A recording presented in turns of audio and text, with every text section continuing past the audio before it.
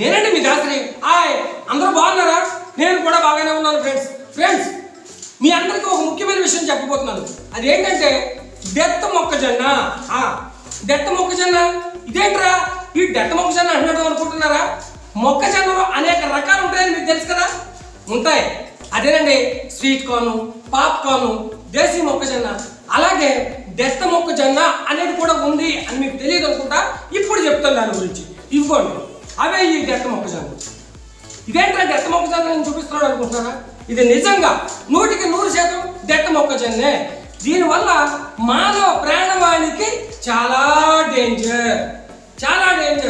ఇది ఎందుకు ఇంత ముఖ్యం ఒక్కడి నుంచి చెప్తున్నాను అంటే ఫ్రెండ్స్, ఇది తెలంగాణ స్టేట్లోను, ఆంధ్రప్రదేశ్ రాష్ట్రంలోను చాలా పెద్ద ఎత్తున పండించడం జరుగుతుంది. ఇది ఒక కార్పొరేట్ మాఫియా అండి. ఈ కార్పొరేట్ కంపెనీలన్నీ కలిపి బీటీ విత్తనాలు, బీటీ మొక్కజొన్న అని చెప్పేసి దీన్ని తీసుకొచ్చి రైతులకి అసలు దాచిపుచ్చి ఎటువంటి నిజాలు చెప్పకుండా దీన్ని గోప్యంగా చాలా పెద్ద మొత్తంలో పండిస్తున్నారు అంటే ఇది మాఫియా అనే అర్థం కదా. దీని మీద రీసెర్చ్ కూడా జరుగుతుంది. ఈ మొక్కజొన్న వల్ల మానవ జాతి యొక్క మనుగడకే ప్రమాదం ఉందని మీకు తెలుసా? ఈ సీడ్ విత్తనం, ఈ మొక్కజొన్న ఎలా పండించుతారో మీకు తెలుసా? అది మేల్, ఫిమేల్ అని 2 రకాలుగా కల్టివేషన్ చేస్తారు ఫ్రెండ్స్.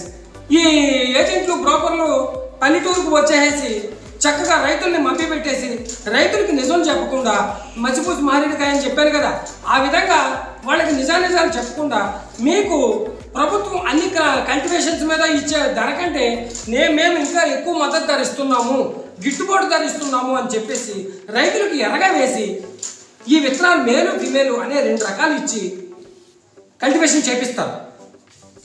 ఎరువులు కూడా, పురుగు మందులు, ఎరువులు కూడా వాళ్ళే ఇస్తారు ఈ పంట పండించడానికి. అయితే ఇందులో మేల్ అనేది 1 వరుస పెడతారు, ఫిమేల్ అనేది 3 నుంచి 4 వరుసలు పెడతారు, ఒక్కొక్కళ్ళు 5 వరుసలు పెడతారు. ఇదిగోండి, ఈ విధంగా పోసే గింజలు ఉండి లేనట్టుగా పోసుకున్నట్టుగా ఇలా పలసపలసగా ఉంటాయి. ఈ ఫిమేల్ విత్తనాన్ని కంటెతో సహా కొనుక్కుపోతారు రైతులు, ఈ ఏజెంట్లు. ఏమండి, అయితే ఇది ఎక్కడికి వెళ్తుందనేది వాళ్ళకి తెలియదు. వాళ్ళకి డబ్బులు వస్తున్నాయా లేదనేది వాళ్ళు పాపం అంతవరకు చూసుకుంటున్నారు. అసలు ఇందులో ఏం జరుగుతుంది? ఈ మేలు ఫిమేలు క్రాసింగ్ ఏంటండి? ఇది ఎక్కడి నుంచి వచ్చింది? అసలు గతంలో లేని ఈ మేలు ఫిమేల్ ఇప్పుడు ఎక్కడి నుంచి వచ్చింది? ఇది ఎవరైనా ఆలోచిస్తున్నారా? అరే మనకే ఒక 5,000 6,000 గిట్టుబాటు ధర ఇచ్చేస్తున్నారు, భలేకుంది అని చెప్పేసి రైతులు పండిస్తున్నారు. పాపం అమాయకులండి రైతులు, వాళ్ళకి తెలియదు. కానీ ఈ కార్పొరేట్ వ్యవస్థలో ఒక మాఫియాగా ఏర్పడి అనేక రకాలైన పేర్లతోటి వీళ్ళు కంపెనీల పేర్లతోటి వచ్చి ఏజెంట్లుగా ఏర్పడి బ్రోకర్లు వీళ్ళు ఎంత మోసం చేస్తున్నారంటే, ఒక పెళ్లి కాని అమ్మాయి ఈ సీడ్ విత్తనం తెలుసో తెలియకో కనుక తింది అంటే నెలసరి ప్రాబ్లమే రావడం కాకుండా పిల్లలకనే యోగ్యతను కూడా కోల్పోతుందండి. ఒక పెళ్లి కాని అమ్మాయి తింటే తన గర్భసంచి నిష్కారణంగా పాడైపోతుంది, ఎందుకో పనికి రాకుండా ఇది విచ్ఛిన్నమైపోతుంది. సో పెళ్ళైన ఆడవాళ్ళు తింటే ఏమవుతుంది? మగవాళ్ళు తిన్న ఆడవాళ్ళు తిన్న ఏమవుతుంది? పక్షవాతం, పెరాలసిస్ వచ్చేస్తుంది, గుండె స్ట్రోక్ వచ్చేస్తుంది, మన ఆర్గన్స్ పాడైపోతాయి. ఏమండి, ఇవే కాకుండా ఇంకో భయంకరమైనది ఏంటంటే జన్యుపరమైన లోపాలు వస్తున్నాయండి. ఈ జన్యుపరమైన లోపాల వల్ల ఏమవుతుందంటే మనిషి యొక్క మూలాలు కూడా లేకుండా పోతుంది, మానవుని యొక్క మూలాలు కూడా లేకుండా పోతుంది సమాజంలో. ఇటువంటి మొక్కజొన్నను ప్రోత్సహిస్తున్న వాళ్ళని మనం ఏం చేయాలి, ఏమనాలి? ఒక్క మనుషులకే కాదు, పశువులకి, మన కీటకాలు ఉంటాయి కదండి, ఇది ఎంత డేంజరస్ అంటే ఒక్కొక్క విషయం చెప్తాను. మనుషులు కుట్టే దోమ ఉంటుంది కదా, పశువులు కుట్టే దోమ, మనుషులు కుట్టే దోమ.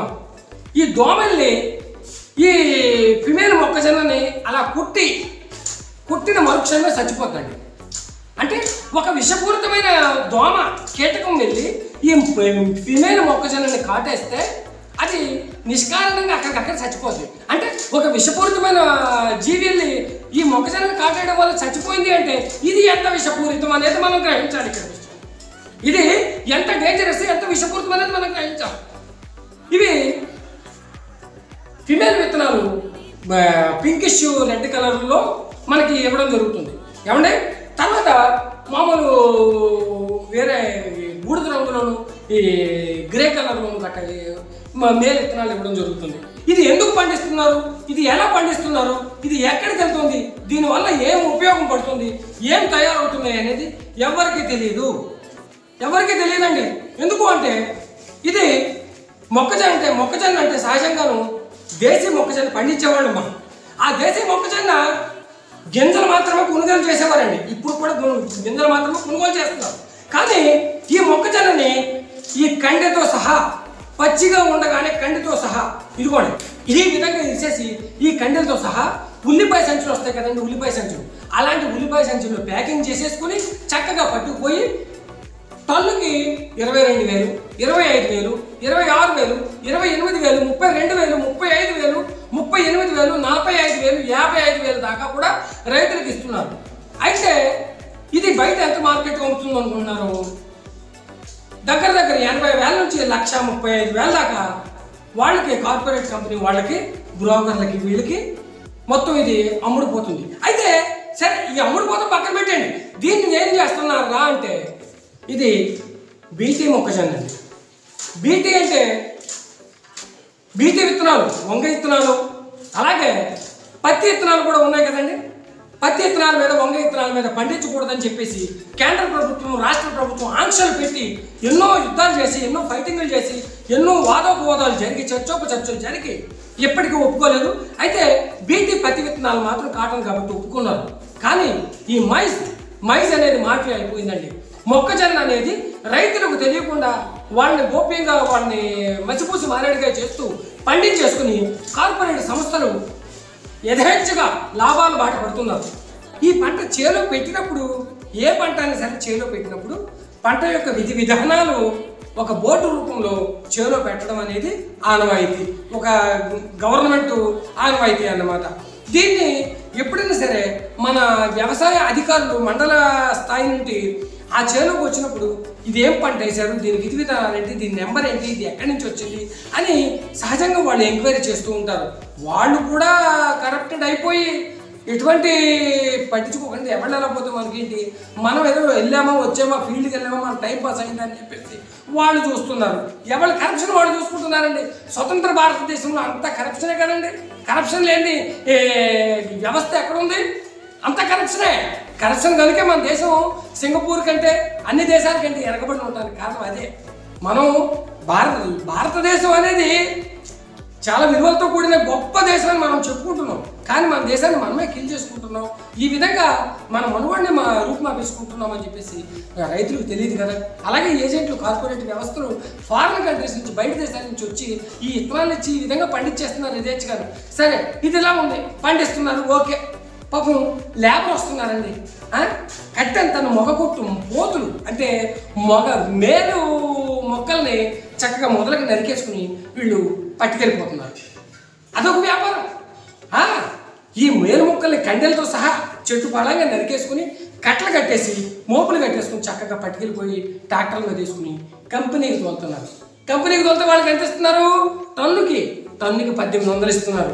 వాళ్ళు రోజుకి ఒక 20 టన్నులు ట్రాక్టర్ మీద పట్టుకెళ్ళి ఫ్యాక్టరీ దగ్గర వేస్తున్నారు. ఇదేమవుతుంది? ఇది పశువుల దానాగా కన్వర్ట్ చేస్తున్నారు. పశువుల దానాగా అందులో మళ్ళీ కొన్ని కెమికల్స్ కలిపి బెల్లంతో సహా కొన్ని ఇంగ్రీడియంట్స్ కలిపి దాన్ని ఒక 50 కేజీల ప్యాకెట్ అయితే 2,000 రూపాయలు, అలాగా రేట్ని బట్టి 60 కేజీల ప్యాకెట్ అయితే 2,000 రూపాయలు, ఈ విధంగా అమ్ముతున్నారు. వాళ్ళ సొమ్ములు వాళ్ళు చేసుకుంటున్నారు. కానీ ఇవి పశువులు తినడం వల్ల వాటి నుండి వచ్చే పాలన మనం తాగడం వల్ల మన పిల్లలు మన మనుగడ ఈ విధంగా కూడా దెబ్బతింటుంది అని విషయం చాలా మైండెడ్ విషయం. ఇది చాలా దూరంగా లోతుగా ఆలోచించాలి. కానీ ఇది ఎవడో ఆలోచించట్లేదు. సరే ఇది ఇక్కడ ఉంచితే ఒక కీటకం, హాని చేసే కీటకం దోమ, విషపూరితమైన కీటకం దోమ. ఇదే దాన్ని కాటేయగానే ఫిమేల్ మొక్కలు కాటేయగానే చచ్చిపోతుంది అంటే అది ఎంత డేంజరస్ ఆలోచించుకోవాలి మనం. సరే అదే కాకుండా ఇప్పుడు సీతాకోక చిలుకలని, తేనెటీగలని, ఈ విధంగా పర్యావరణానికి మేలు చేసే అనేక రకాలైన కీటకాలు అవి కూడా పుప్పొడి. ఇప్పుడు తేనెటీగలు ఏమి సేకరిస్తాయి? ఫ్లవరింగ్ మీద పుప్పొడి సేకరిస్తాయి. పుప్పొడి సేకరించి తేనె తయారు చేస్తాయి. అవి సీతాకోక చిలుకలు సమాజానికి పర్యావరణానికి మంచిగా చేస్తాయి. ఇటువంటి కీటకాలు కూడా వెళ్ళి తినడం వల్ల అవి కూడా చచ్చిపోయి పర్యావరణ ముప్పు ఏర్పడే పరిస్థితి ఉంది. కనుక ఇదే కాకుండా ఈ కట్టె ఏది ఈ మొక్కజొన్న కట్టె ఫిమేల్ కట్టె వదిలేస్తున్నారు కదా, కండలు ఎరిచిపోయి ఇది ఎండిపోతుంది. ఎండిపోయిన తర్వాత ట్రాక్టర్ తెచ్చి రొటావేటర్ కొట్టేసి బాగా ఇది చేసిన తర్వాత అది భూమిలో కలవడం వల్ల భూమి కూడా విషపూరితం అయిపోతుందండి. భూమిలో జీవకణాలు సూక్ష్మ జీవకణాలు కూడా అంతరించిపోయి భూమి ఎలా తయారైపోతుంది అంటే మనం ఎరువులు వేస్తేనే కానీ ఫెర్టిలైజర్ వేస్తేనే కానీ పండే స్థితి లేదండి. భూమిని పాడు చేస్తున్నాం, భూమి కూడా పాడైపోతుంది, పర్యావరణం పాడైపోతుంది, పశువులు అనారోగ్య పాలైపోయి చచ్చిపోతాయి, వాటి పాలు తాగితే మనం చచ్చిపోతాము. అలాగే ఈ కండెలు తింటే ఎంత ప్రమాదం ఉందో, గర్భం దాల్చకపోవడం, పిల్లల్ని కనకపోవడం, జన్యుపరమైన లోపాలు, అలాగే ఆర్గాన్స్ పాడైపోవడం, ఇలాగ క్యాన్సర్, అనేక రకాలైన క్యాన్సర్లు రావడానికి చాయిసెస్ ఉన్నాయన్నమాట. కనుక ఫ్రెండ్స్, ఇంత పెద్ద మొత్తంలో జరుగుతూ ఉంటే మన వ్యవస్థలు ఏం చేస్తున్నాయండి? ఏ పంట పండిస్తున్నారండి? ప్రభుత్వం కానీ ఈ వ్యవసాయ అధికారులు కానీ గ్రామీణ స్థాయిలో కానీ మండల స్థాయిలో కానీ జిల్లా స్థాయిలో కానీ ఎవ్వరూ అడగట్లేదండి. ఎందుకు అంటే ఇది ఒక మాఫియా. అంటే మొక్కజొన్నని చాలా ఇష్టంగా ప్రతి ఒక్కళ్ళు తినే పంట అండి. వీటిని కూడా విషపూరితం చేసేసి ఈ విధంగా యథేచ్ఛగా చేసేస్తున్నారు అంటే ఎంత అన్యాయం, ఎంత దుర్మార్గం. ఈ దుర్మార్గాన్ని ఖండించడానికి ఎవరు ఖండిస్తారు? ఎవరు వస్తారు? ఎవరు రారండి. రైతులకి ఎడ్యుకేట్ చేయడానికి ప్రభుత్వమే పూనుకోవాలి. బీటీ విత్తనాలు అంటేనే భారతదేశంలో ఎటువంటి పర్మిషన్ లేదు, భారతదేశంలో పండించడానికి లేదండి. కానీ ఈ విధంగా బీటీ మొక్కజొన్న, బీటీ వంగ విత్తనాలు పండించడానికి మన రైతులు ఉర్రూతులుగుతున్నారు అంటే ఇది కార్పొరేట్ వ్యవస్థ యొక్క తప్పిదం తప్ప రైతుల తప్పిదం కాదు. కానీ బీటీ విత్తనాలు మొక్కజొన్న పండించాలన్నా, వంగ విత్తనాలు పండించాలన్నా సెంట్రల్ గవర్నమెంట్ యొక్క GEAC genetic engineering appraiser committee అని ఒకటి ఉంటుంది. వాళ్ళ నుంచి పర్మిషన్ తీసుకుని మాత్రమే పండించాలి. ఏమంటే వీటిని పండించడానికి ఒక్కసారి ఆలోచించి వీటిని ఆపేయండి, ఇక్కడితోటి ఆపేయండి అంతే. ఎందుకంటే ఇలా ఆపకపోతే కనుక స్వలాభం చూసుకుంటే కనుక, మన సొంత లాభం చూసుకుంటే కనుక మానవ మనుగడకే ప్రమాదం. ఇది ఖచ్చితంగా ప్రమాదమే ఫ్రెండ్స్. అందుకు ప్రతి ఒక్కళ్ళు కూడా మెలకువతోటి చాలా జాగ్రత్తగా ఆలోచించి, దూరంగా ఆలోచించి ఇటువంటి పంటలు మన దగ్గరకు వచ్చినప్పుడు ఈ పండించడం వల్ల ఉపయోగం ఏంటి, వీటి విధి విధానాలు ఏంటి, ఎందుకు పండించాలి, వీటి వల్ల ఏమి జరుగుతుంది, ఏమి కలిసి వస్తుంది, ఇవి ఎక్కడికి పోతున్నాయని ఈ వివరాలన్నీ కూడా కనుక్కోండి. లాభం ఒకటే చూసుకోకండి ఫ్రెండ్స్. ప్రభుత్వ అధికారులు కానీ, వ్యవస్థ కానీ, మన వ్యవసాయ అధికారులు కానీ అందరూ కూడా కనువిప్పుతోటి ఒక్కసారి ఆలోచించి దృష్టి పెట్టండి. చాలా పెద్ద స్థాయిలో దేశాన్ని నాశనం చేయడానికే ఈ పంటలు పండిస్తున్నారు. ఇటువంటి పంటలు పండించకూడదని మానవ మనుగడ ఇంకా మునుగు మన భావితరాలు కొనసాగాలంటే ఇటువంటి కల్టివేషన్ జరగకూడదు.